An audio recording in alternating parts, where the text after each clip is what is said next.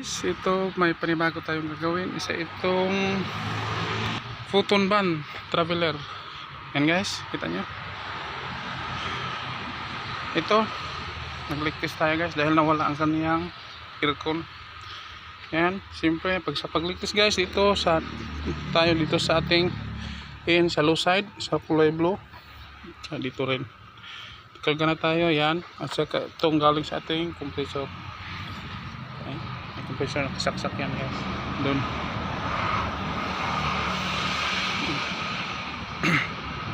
Yan. Dito tayo.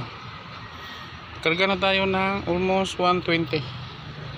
Dito lang tayo sa alusan niya guys. Sa in niya. Ito ang out ang kaniyang high side. Ito guys, tingnan niya. Ayun.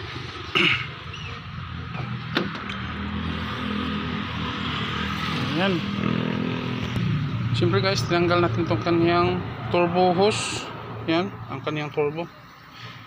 Ang makina nito guys ay Cummins. Yan. Okay. Ito guys. Ito ang kaniyang compressor. Narinig niyo guys? Yan. Ingay kasi nasa highway tayo. Pero malapit lang tayo sa highway. Marami sasakyan, dumadaan. Okay. Yan, narinig nyo guys. Siyempre gagamitan natin ng sabon para mabilis natin matukoy kung saan ang kanyang leaking. Okay, sabon at saka sponge, sabon at saka shampoo.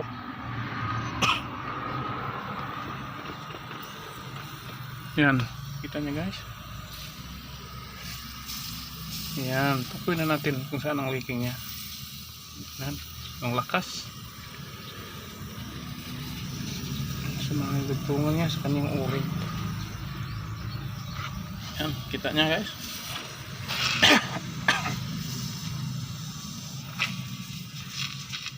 Yan, lakas ang tagas. Dito wala. Dito sa kanyang dugtungan sa hose wala rin. Sana yan lang. Okay, tanggalin natin yan guys. Number ano yan, 14. Yan, lakas ng tagas.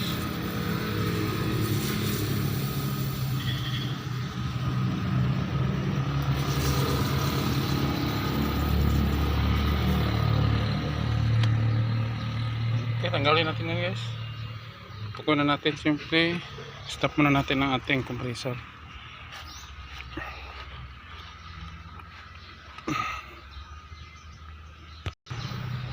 Tingnan nyo, 150 kanina yan, ngayon 135 na.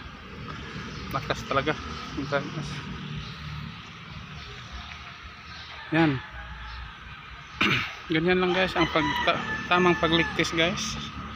Siyempre sabon at shampoo lang kailangan natin. Sabon, shampoo at saka sponge.